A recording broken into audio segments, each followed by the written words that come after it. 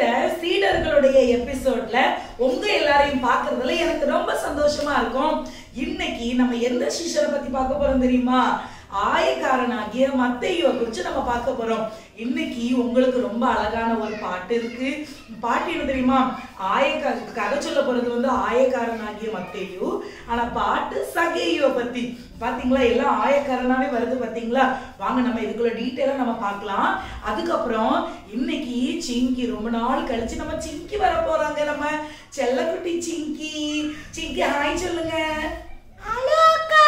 பிள்ளைங்களா, என் செஷன் வரும்போது சாரதாவை பத்தி நான் எவ்வளவு கம்ப்ளைண்ட் சொல்றேன்னு மட்டும் நீங்க பாருங்க. ஏதோ எல்லா சண்டே கிளாஸ்லயும் இவா என்னையும் உன்னதத்துல வச்ச மாதிரியும் இன்னைக்கு இவா எனக்கு கம்ப்ளைண்ட் சொல்ல மாதிரி சொல்ல போறா. சரி பிள்ளைங்களா, நம்ம டைம் வேஸ்ட் பண்ணாம சண்டே கிளாஸ்க்குள்ள போயிடலாமா? வாங்க, ரூபவதி அக்கா இப்ப பிரேயர் பண்ணுவாங்க. என்ன குட்டீஸ், ஜெபிப்போமா? எல்லாரும் கண்ணை மூடுங்க பாப்போம். முட்டி போடுங்க. பிரேயர். அன்புள்ள இயேசு சுவாமி, இந்த அருமையான நேரத்தை தந்ததற்காக நன்றி அப்பா.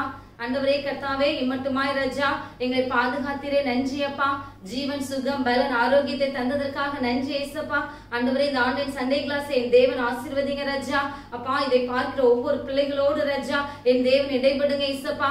அப்பா, ஒவ்வொரு பிள்ளைகளுடைய மன கண்களையும் ஆண்டவரே அப்பா நீங்க திறங்க ஏசப்பா. ஒவ்வொரு பிள்ளைகளும் ஆண்டவரே இதை பார்க்கும் போது ராஜா பிள்ளைகளுடைய வாழ்க்கையில் ஆண்டவரே அப்பா இந்த ஒவ்வொரு பகுதிகளும் ஆண்டவரே அப்பா பிரயோஜனமா இருக்க ராஜா என் தேவன் உதவி செய்யுங்க ஏசப்பா. ஆண்டவரே, இதை பார்க்கிற ஆண்டவரே அப்பா சிறு பிள்ளைகள் முதற்கொண்டு பெரியவர்கள் வரைக்கும் ஏசப்பா ஆண்டவரே உங்க கரத்துல கொடுக்க ஏசப்பா. என் தேவன் பாதுகாத்துக் கொள்ளுங்க ராஜா. ஒவ்வொருவரும் என் தேவன் ஆசீர்வதிங்க ராஜா. ஆண்டவரே கர்த்தாவே, ராஜா துவக்கம் முதல் முடிவு மட்டும் ராஜா எங்கள் ஒவ்வொருவரோடு கூட இருந்து சுவாமி அப்பா எங்களை வழி நடத்துங்கப்பா. பெரிய காரியங்களை செய்யுங்க. துதி கன மகிமை துமக்கே செலுத்துகிறோம். இயேசுவின் மூலம் ஜெபம் கேளும் ஜீவனுள்ள பரமபிதாவே, ஆமென்.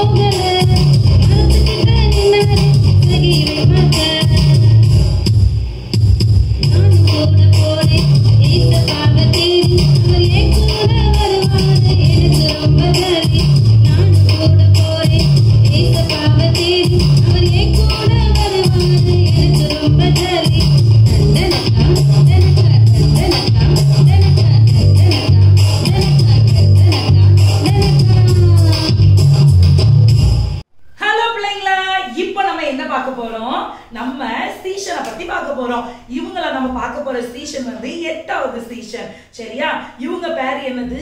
ஆயக்காரனாகிய மத்தேயு. ஆயக்காரன்னா என்னது சொல்லுங்க? ஆயக்காரன்னா டாக்ஸ் வசூலிப்பவர், டாக்ஸ் கலெக்டர். இவங்களதான் என்ன சொல்லுவாங்க அப்படின்னா ஹீப்ரூ லாங்குவேஜ்ல ஹீப்ரூ லாங்குவேஜ்ல வேற சொல்லுவாங்க. ஹீப்ரூ லாங்குவேஜ்ல இருந்து மாற்றப்பட்ட மொழி தான் ஆயக்காரன் அப்படின்றது தமிழ் மொழியில வந்திருக்கு. சரி, மத்தேயு அப்படின்ற வார்த்தைக்கு என்ன அர்த்தம் சொல்லலாம் தெரியுமா உங்களுக்கு?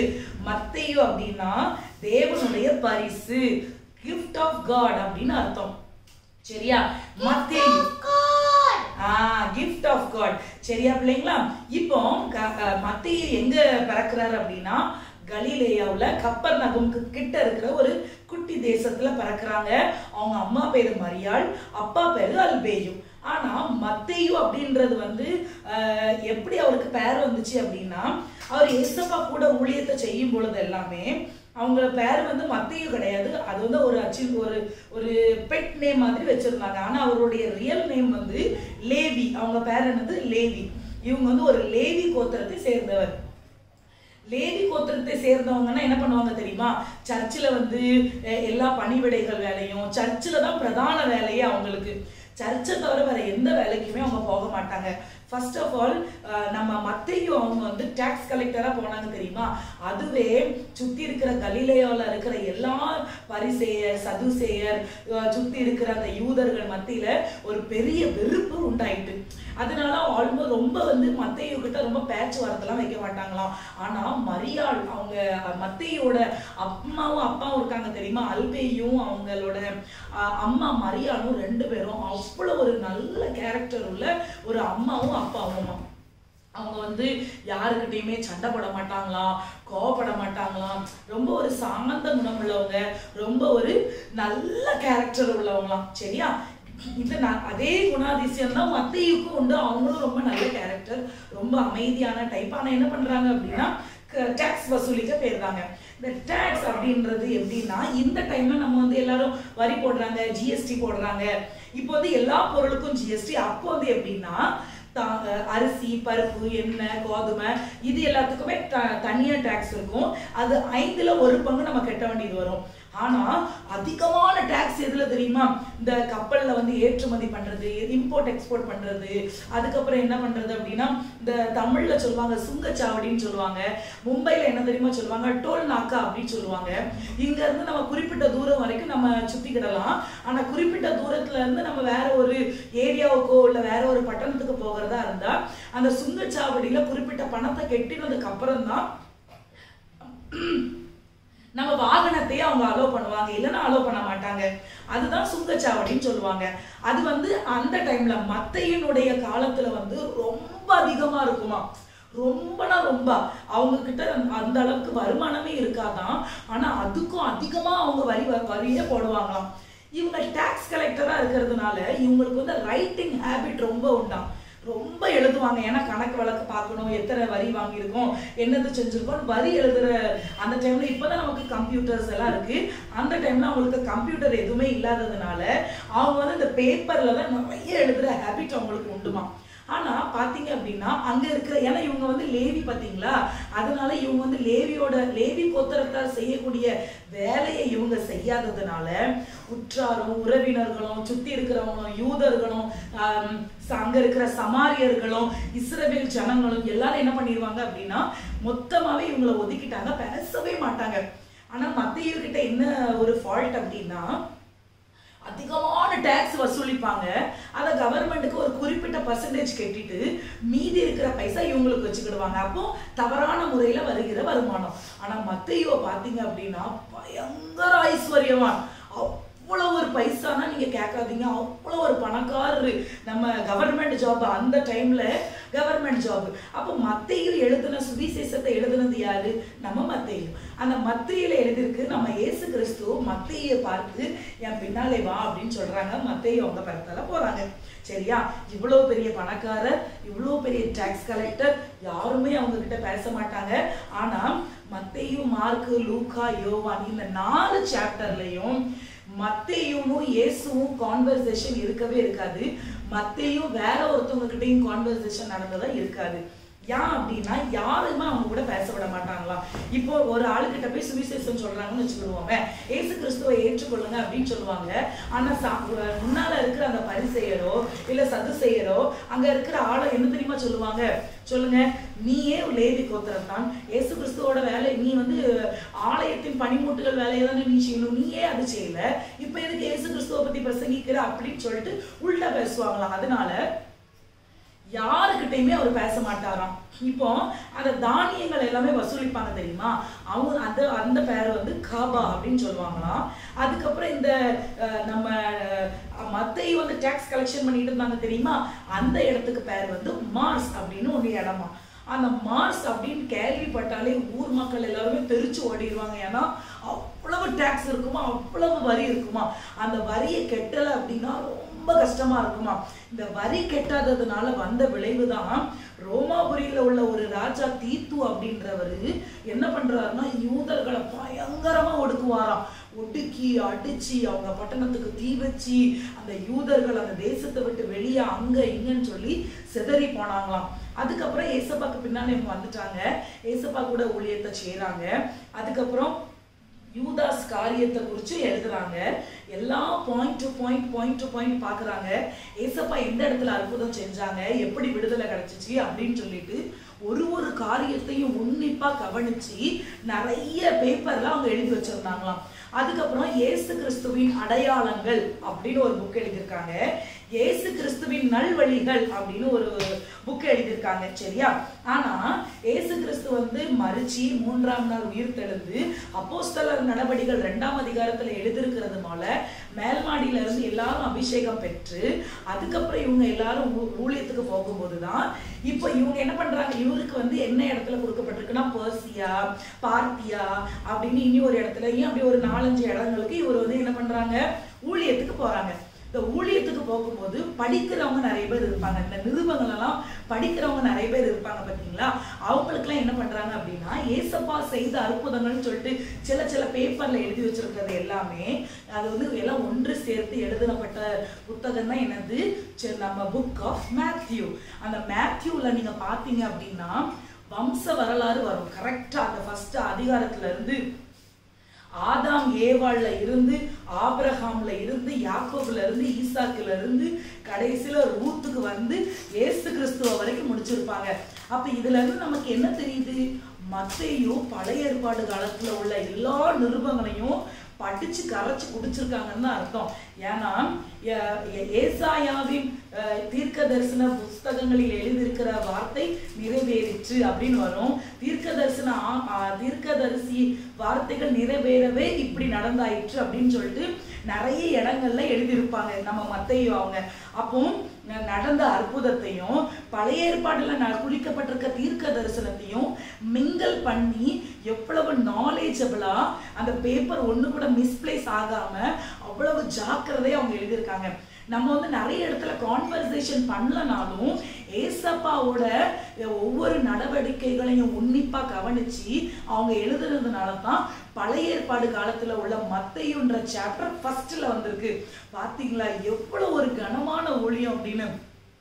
சில இடத்துல சில பேர் பிரபலம் ஆக மாட்டாங்க, ஆனா ஆண்டவர் அவங்கள வல்லமையா பயன்படுத்துவாங்க. அதே மாதிரி தான் இந்த 12 சீடர்களுக்குள்ள மத்தேயு அவங்க மத்தியில ரொம்ப பிரபலமா இல்லைனாலும் ஆண்டவர் அவங்கள ரொம்ப வல்லமையா பயன்படுத்தியிருக்காங்க.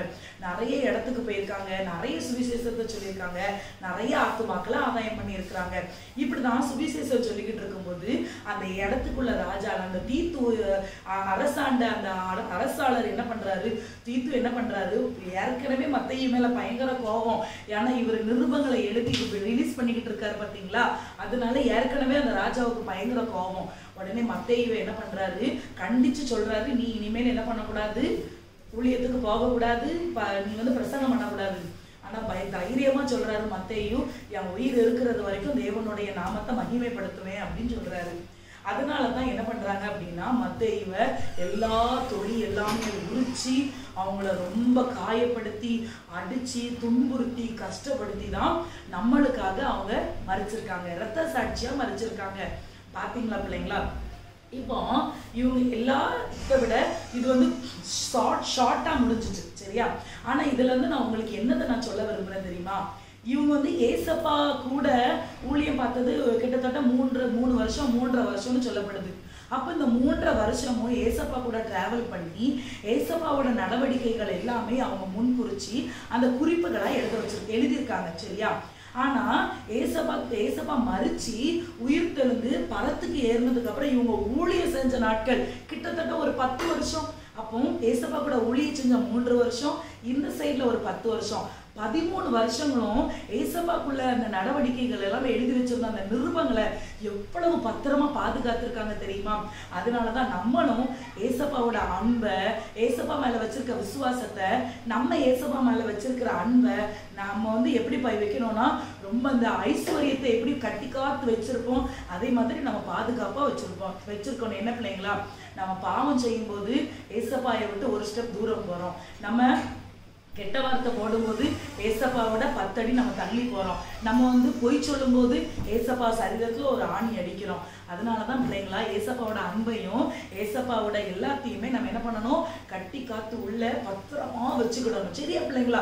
மத்தேயு நிருபங்களை பத்திரமா வச்சது போல நம்மளும் பத்திரமா வச்சுக்கிடணும். ஜெபிப்போமா? நம்மளும் மத்தேயு மாதிரி ஆகணும் ஆண்டவரேன்னு ஜெபிப்போமா? ஆயக்காரனையே ஆண்டவர் மாத்திருக்காங்க. அப்ப நம்மளே மாத்துவாரு தெரியுமா? உலகத்துல இருக்கிற எல்லாரும் மத்தேயுவை வெறுத்தாங்க, ஆனா ஏசப்பா தான் நேசிச்சு வந்தாங்க. பாத்தீங்களா? அதே மாதிரி நம்மளும் பிறரையும் நேசிக்கணும். என்ன பிள்ளைங்களா? வாங்க ஜெபிப்போமா? நல்ல தகப்பனே, நன்றியோடு கூட துதிக்கிறோம், ஸ்தோத்தரிக்கிறோம். ஆவியானவரே, கிருபை நிறைந்தவரே, இரக்கம் நிறைந்தவரே, மகா பரிசுத்தம் உள்ளவரே, துதிக்கிறோம், ஸ்தோத்தரிக்கிறோம் ஆண்டவரே. அப்பா, இந்த நாளிலும் மத்தேயு குறித்து அப்பா ஸ்தோத்திரம் ஆண்டவரே. அப்பா, சண்டே கிளாஸ் எடுக்க கர்த்தர் உதவி செய்தீங்க.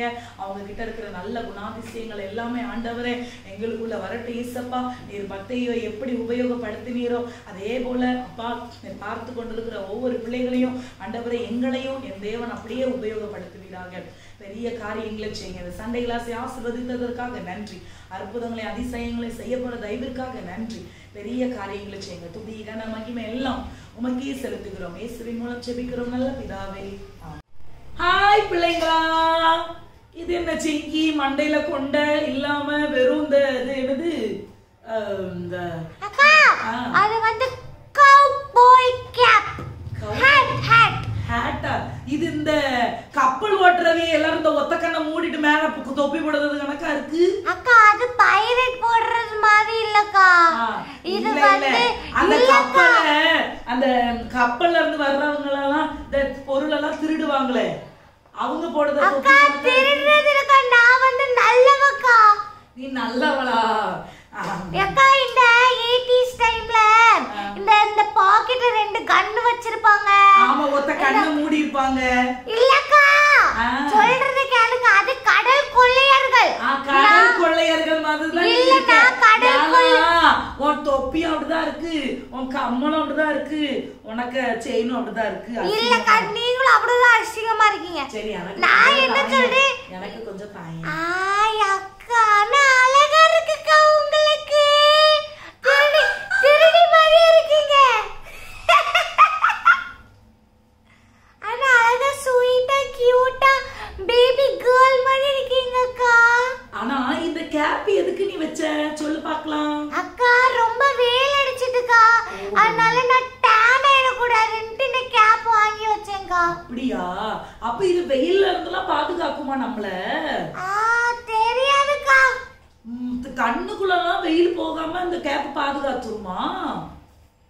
தெரியாதுக்கா. ஐயோ மரமண்ட பிள்ளைங்களா, இந்த சாதாரண கேப்பை நம்ம தலையில போட்ட உடனே இவ்வளவு இடமும் என்ன இருக்கு, நமக்கு நிழலா இருக்கு. ஆனா ஏசப்பா என்ன சொல்லுதாங்க சொல்லுங்க பார்க்கலாம். நீங்க மூகோட சேர்த்து எல்லாத்தையுமே பன் பண்ணிட்டீங்க. I am sorry. Okay okay, சொல்லுங்கக்கா. இப்ப நான் சொல்லட்டுமா?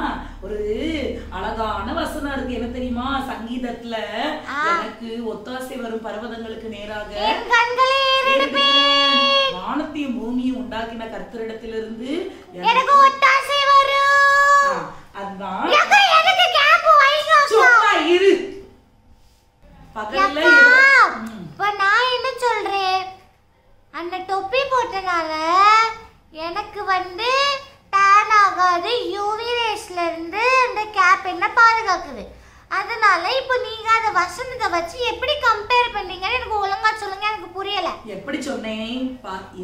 பகலிலே வெயிலாகிலும் இரவிலே நிழலாகிலும் எதுவும் உன்னை சேதப்படுத்தாது. சேதப்படுத்தாம அவர் என்ன பண்றாரு? நம்மள காக்குறாரு, பாதுகாத்து கொண்டிருக்கிறார். சாதாரணமா இந்த 100 ரூபாய் கேப்பே ஒன்னு டர்ன் ஆகாம அந்த அதுல இருந்து என்னமோ சொன்னீங்க, UV rays, ultra violet race, ஏதோ ஒரு ரேஸ் வந்து உன்னைய தாக்காம இந்த 100 ரூபாய் கேப்பே பாதுகாக்குனா அக்கா, அந்த ரேஸ் ஸ்கின்ல பட்டா கேன்சர் வந்துரும்க்கா.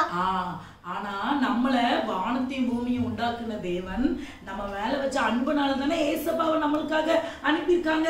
ஏசப்பா நமக்காக தான் ஏசப்பா மரிச்சிருக்காங்க. அக்கா, சத்தமா பேசுங்கக்கா. நமக்காக தானே ஏசப்பா மரிச்சிருக்காங்க. சிங்கி, காது உனக்கு போயிட்டா? டமாரா ஆயிட்டா? இல்லக்கா, காது குத்துனே, காது வலிக்கு, ஒழுங்கா கேட்க மாட்டேங்கி. காது குத்துனது கீழே, காது உனக்கு கேட்க மாட்டேக்கோ. அதனாலதான் என்ன சொல்றாங்க, ஏசப்பா என்ன உன்னை தோள் மேல தூக்கி சுமக்குறாங்க. பத்தியா? ஆமாக்கா, இன்னைக்கு நீங்க சொன்ன கதையும் ரொம்ப நல்லா இருந்துக்கா. நான் ரொம்ப அழுதுட்டேன்க்கா. சரி, நீ இந்த 8 சீஷர்கள்ல உனக்கு ரொம்ப பிடிச்ச சீஷன் யாரு சொல்ல பார்க்கலாம். எனக்கு தோமா. தோமாவா? எனக்கு யாரு தெரியுமா பிடிக்கும்?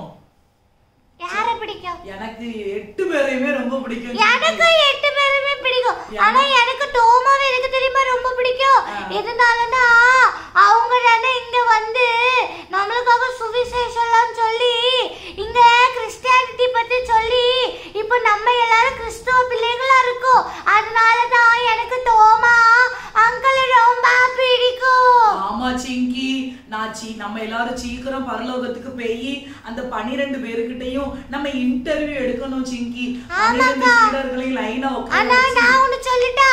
12 பேர்கிட்ட நீங்க மட்டும் இன்டர்வியூ எடுக்க போனீங்கன்னா பரலோகத்துல இருந்து கீழே போய் எருமை மாடிட்டு விரிச்சு தள்ளி விட்டுருவாங்க உங்களை. சிரிச்சு முடிச்சாச்சா? எனக்கு பிடிச்ச சீஷன் யார் தெரியுமா? எனக்கு யோவான் சீஷனை ரொம்ப பிடிக்கும். அந்த யோவான் தாத்தா இருக்காங்க தெரியுமா? அவங்க ரொம்ப ஸ்வீட், ரொம்ப எதுக்குக்கா தாத்தா சொல்றீங்க? அண்ணே சொல்லுங்கக்கா. ஏன்னா அவங்க தான் ரொம்ப வயசு வரை உயிர் வாழ்ந்தாங்களாம். தெரியுமா உனக்கு? 98 வயசு வரை. ஆமா, 98 வயசு வரை இருந்து எல்லார்கிட்டயும் நற்செய்தி சொல்லித்தான் அவங்க இயற்கையாவே மறிச்சாங்களாம். அண்ணா சே ஓடுங்க பாவம். ஆனா அவங்கள என்ன சட்டிக்குள்ள போட்டுட்டாங்க சிங்கி. அவங்களுக்கு ஒண்ணுமே ஆகலக்கா. வாட் a miracle தெரியுமா? இன்னைக்கு அந்த கதை சொன்னீங்க தெரியுமா? மத்தேயு அண்ணனே தொலி உரிச்சாங்க தெரியுமா? தொலி உரிச்சதுக்கு அப்புறமா அடிச்சாங்க. அவங்களுக்கு எவ்வளவு வலிச்சிருக்கும் அக்கா. அத நினைச்சினா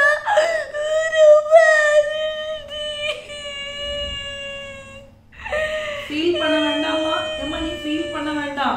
அவங்க ஆண்டவருக்காக அடிகளப்பட்டாங்க, பாடுபட்டாங்க. பரலோகத்துல ஏசப்பா கூட சந்தோஷமா இருப்பாங்க. நீயும் நானும் பரலோகத்துக்கு போறோமா? அததான் நம்ம மெயின். 12 சீடர்கள் பார்த்து பிள்ளைங்களா அழகுக்கு சொல்லல. நீங்க எல்லாரும் என்ன பண்ணணும்? அவங்க எப்படி ஏசப்பாக்காக வைராக்கியமா இருந்தாங்க அதே மாதிரிதான் நீங்களும் வைராக்கியமா இருந்து சீக்கிரம் நம்மளும் பரலோகத்துல பங்குள்ளவர்களா மாறணும். If in case இப்போ நம்ம சண்டே கிளாஸ் எடுத்துட்டு இருக்கோம். திடீர்னு கதவு திறந்துட்டு 2 பேர் வந்துட்டு ஷூட் பண்ணிடுவேன்னு ஏசப்பாவை மறந்தாலே அப்படி சொன்னா என்னங்க பண்ணுவீங்க? தயவு செய்து சுட்டுருங்க. நீங்க சுட்டீங்கன்னா தான் அடுத்த மாசம் இஎம்ஐ கட்ட வேண்டாம். தயவு செய்து சுட்டுருங்க அப்படின்னு. அப்படின்னா நீங்க கண்டிப்பா நரகத்துக்கு தான் போவீங்க. போங்க நரகத்துக்கு.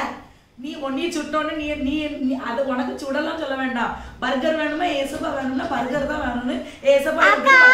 என் உடம்ப பார்த்தா பர்கர் கேக்குற மாதிரியா இருக்கு. உங்க உடம்ப பாருங்க. நீங்க தான் பர்கருக்கு ஆசைப்படுற. பர்கர் என்ன பச்சை தண்ணி தரேன்னு சொன்ன உடனே ஏய் தாங்க தாங்க தாங்கன்னு போயிருவீங்க. நான் அப்படியே இருக்கேன். நான் டைட்டிங்ல இருந்து ஃபிட்டா அழகா இருக்கேன். சரி பிள்ளைங்களா, நான் சண்டே கிளாஸ் எடுத்து ரொம்ப டயர்ட் ஆயிட்டேன். அதனால நீங்க எல்லாரும் என்ன பண்ணுங்க, உங்களிடமிருந்து விடை பெறுகிறது உங்களுடைய சிங்கி. என்னது தப்பிக்கலாம் பாக்கீங்களா? ஷார்தா பாய் பிள்ளைங்களா. அடுத்த வாரம் இன்னொரு நான் தான் சொல்லுவேன். உங்களிடமிருந்து நம்ம அடுத்த வாரம் சாரதாக்கவே வந்து நம்ம நல்லா கலாய்க்கலாம். அதனால உங்களிடமிருந்து அதுக்கு முன்னாடி நல்லா ப்ரேயர் பண்ணுங்க, பைபிள் வாசிங்க. அக்கா உனியோட மறந்துட்டீங்கக்கா. என்ன? 10th 12th exam வருதுக்கா. ஆமா 10th 12th எக்ஸாம் வருது. நல்லா படிக்கணும் என்ன பிள்ளைங்களா? நல்லா படிக்கணும். டிஸ்டிங்ஷன்ல மார்க் வாங்கணும். சரியா? Very good. நல்லா எல்லாரும் நல்லா படிங்க. பயப்படாதீங்க. போஷன்